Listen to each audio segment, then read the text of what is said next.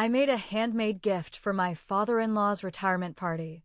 He opened it, looked at me, and said, "You should sell these when the job market gets tight." Everyone laughed. I smiled and said, "Funny? I was thinking of sending you a bill for emotional labor." I'm 39, married for 7 years. My husband is a good guy. Honest, hardworking, a bit naive when it comes to family politics, but who isn't? His dad, Robert, just retired from his job as a senior project manager for a construction company based in Chicago. Worked there 38 years. Very old school. Very I did it myself so you should too energy. You know the type. Wears the same watch for 20 years. Thinks therapy is for quitters. Loves telling people to pull themselves up by their bootstraps. I've always tried to be polite. He's never liked me. Too artsy. Too emotional. I'm a woodworker, which in his eyes is a hobby, not a job, even though I've sold hundreds of pieces. So, Robert's retirement party. His wife, my MIL. Rented a beautiful venue near the Chicago River. 150 guests. Suits and dresses.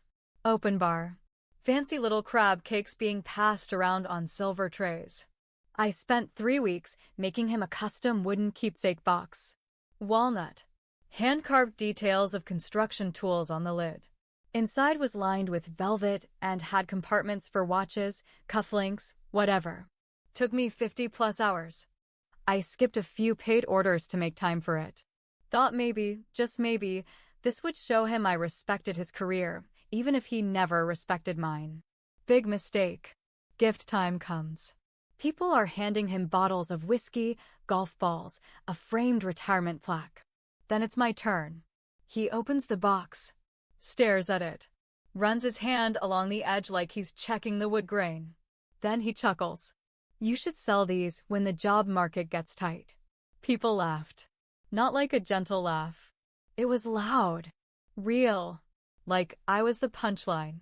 I stood there, trying not to let my face fall. I smiled. "Funny. I was thinking of sending you a bill for emotional labor." More laughter. But this time more awkward. More confused. My husband's face turned red. He whispered, "Why would you say that?" under his breath. I didn't answer. I didn't eat that night. I sat at the table while everyone else danced and drank and toasted to Robert's legacy. My gift sat unopened on the gift table like an unwanted toy on Christmas morning. The car ride home was silent. My husband tried to start conversation, but I kept my answers short. The next day, I took back my gift. Walked right into their house, told my mill I forgot to include something inside, and took it. She didn't ask questions. Just nodded, probably sensing something was off. Robert never called to ask what happened. Never said thank you. Never even mentioned it again. So I started keeping score. Every time I was asked to help set up for a family event, I said no. Every birthday card request? Forgot. Every favor? Busy. Every time they invited us over? We were already booked. My husband noticed. He asked why I was being distant. I told him the truth. I told him his dad humiliated me in front of 150 people after I spent 50 unpaid hours making something personal, and I was done pretending it didn't bother me. He told me I was being dramatic. That Robert was just joking. That's when I stopped talking. I started selling custom boxes again. First locally, then online. They sold out every time. Reviews were amazing. I started gaining traction, posting videos of my process. Before long, I had a following. Not millions, but enough to matter. One day, my husband said, "Hey, my dad was asking about one of your boxes. I think he wants one." I didn't even look up. I just said, "I bet he does." That was 6 months ago. I haven't given him anything. About a month after that short conversation with my husband, I got a DM on Instagram from a woman named Tracy.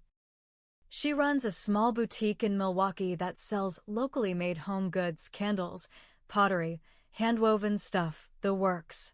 She'd seen one of my woodworking videos on Reels and wanted to carry my pieces in her store. I said yes.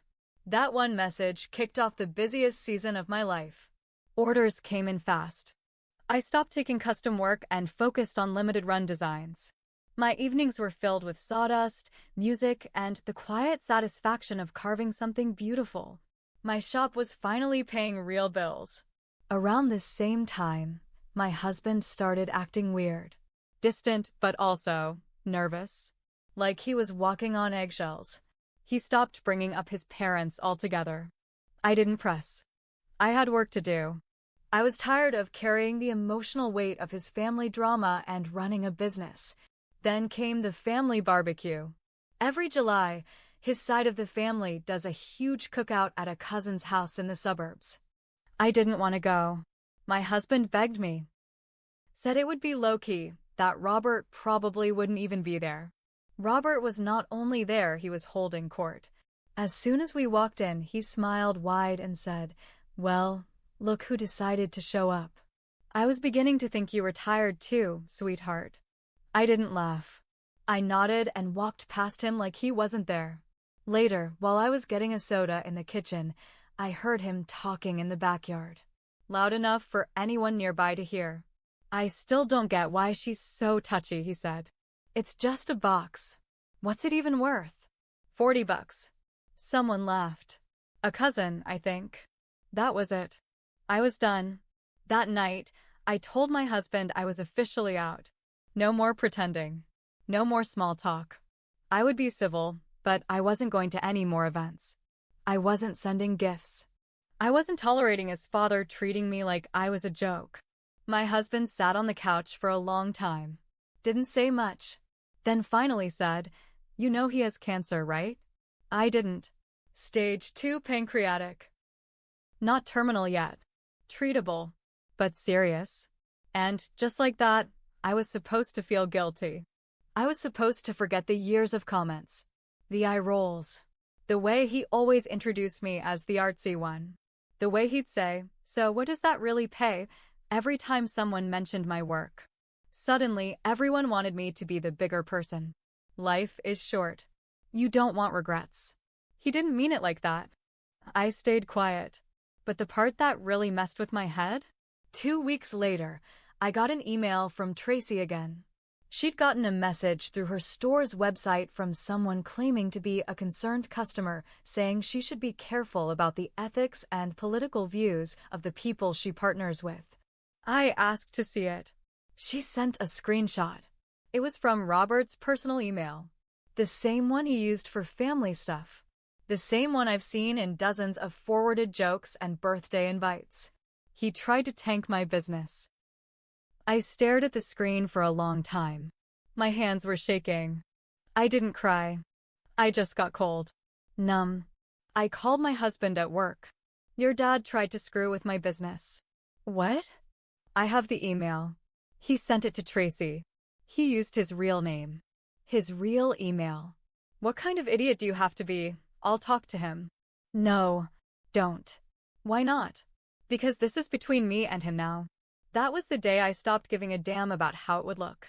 No more soft voice. No more playing the peacemaker. He made it war. And I don't lose those. So now I knew the truth. Robert, my father-in-law, went behind my back, messaged a business partner of mine pretending to be a concerned citizen, trying to warn her about my ethics and political views. Which is rich coming from a man who once told a waitress she looked too pretty to be wearing pants. I didn't confront him right away. I needed time. I needed to think. And I needed to be smart. You don't walk into a war without knowing the terrain. So I started watching. Quietly. I talked to Tracy and we laughed about the email. She actually offered to frame it and hang it in the store as a reminder of how scared bitter men get when women succeed. I told her not to delete it. Just in case. Then I started digging a little. Here's the thing about people like Robert. They like the sound of their own voice. He's all over Facebook. Still has a LinkedIn, even though he's retired. And his retirement? That wasn't as clean as he made it seem. Turns out, he wasn't just retiring because he wanted to. He was asked to leave. Quietly. After some comments during a company diversity workshop. I only know this because a friend of mine used to contract for the same company. Small world, huh? Then something else dropped into my lap. My husband's cousin, Rachel, called me. She's always been kind to me. Said she needed to talk. Rachel told me that Robert wasn't just being casually bitter at the barbecue. He'd been telling people that I had tried to use his retirement party as a way to show him up. That I used it to sell my products, and that I planned the whole thing to embarrass him. It took everything in me not to scream into the phone. He was rewriting the story, painting himself as the poor victim of his oversensitive daughter-in-law. I told Rachel thank you. Hung up. And that's when I decided I was going to do something I should have done a long time ago. I made another box. This one wasn't walnut. It was black locust, harder, heavier, sharp edges, no soft details. It had metal corners, scorched accents, and a lock on the front. Inside, I left a single note. You said it was just a box. Here's another one. Try opening this one with your mouth. I didn't send it yet. Instead, I brought it to our next family dinner. Yes, I went. Sat at the table. Passed the potatoes. Smiled at his wife. Waited. Then, before dessert, I said, "Oh, I made something." Thought Robert might want to open it. He looked confused. Opened it in front of everyone. The room went quiet when he read the note. He closed the box. Didn't say a word. My husband stared at me, wide-eyed. I looked at Robert. And I said, "Now you can say you have a second one you didn't earn." No one laughed. Robert stood up, walked out the back door. Everyone stared at me like I slapped the Pope. I ate my dessert in peace. Then I left. Next day, my husband got a call from his dad. This is where it gets weird. Apparently, Robert's lawyer had called him earlier that week about unauthorized use of his name online. One of his old colleagues saw something I posted about woodworking and connected the dots. He thought Robert was involved. He wasn't, but suddenly he was worried about his name being tied to my growing business. He wanted me to sign something, some kind of agreement that I wouldn't use the family name in any of my work. I laughed when my husband told me. "I never even liked your last name," I said. Then I went online and I changed everything. All my accounts. All my branding. I started using my maiden name again. But I didn't stop there. I sent copies of the email he wrote to Tracy to a few family members who'd asked what was really going on. No comment. Just a screenshot. Let them draw their own conclusions. Suddenly, invites stopped coming. Group texts got quieter. I became that one. But I didn't care. Because for once, the truth wasn't just mine to carry. It was out there. And Robert? He was finally quiet. Things went quiet for a while after I dropped that second box. No more calls from Robert. No texts from my ML. Family group chat went dead. My husband was in the middle as usual. They just need time, he kept saying. I didn't argue. I just focused on my shop. By fall, things really took off. One of my box designs went viral after a lifestyle influencer posted about it. Orders exploded. I hired 2 part-time helpers. I even got invited to a handmade goods expo in Indianapolis. My name was on banners. I was doing it. Without anyone's approval. Without Robert's sarcasm. Without anyone pretending I was just a woman with a hobby. Then the hammer dropped. My husband came home one night, quiet, tense. Sat down, rubbed his face like he was about to confess to a crime.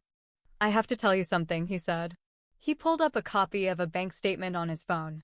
A joint account he and his father used years ago, back when they were doing a real estate thing together. Apparently, Robert had borrowed 10 grand from it in July. Without saying a word. But that wasn't the worst part. He used it to hire a consultant to manage his public image online. A PR guy. He paid someone to fix his online reputation, just in case anything from my business or social media connected back to him. Let me say that again. The man tried to erase me from his digital life. And he used our money to do it. That's when I saw red. You want revenge?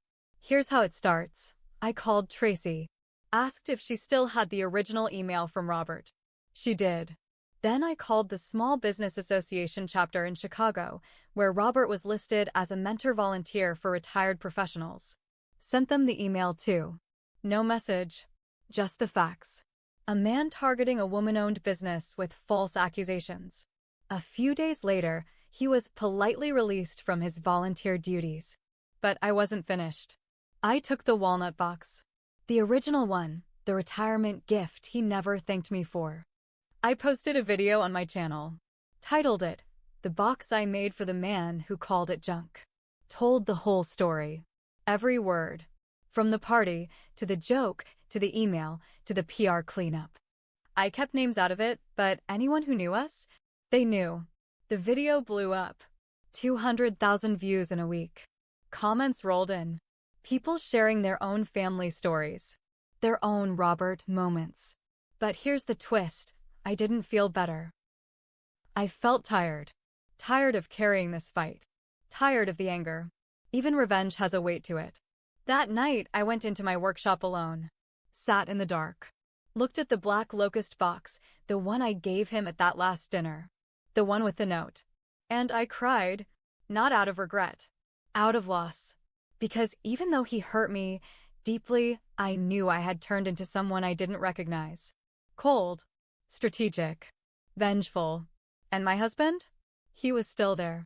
Still caught in the middle. Watching his father crumble and his wife harden. So I made a choice. I wrote a letter. Not for Robert. For me.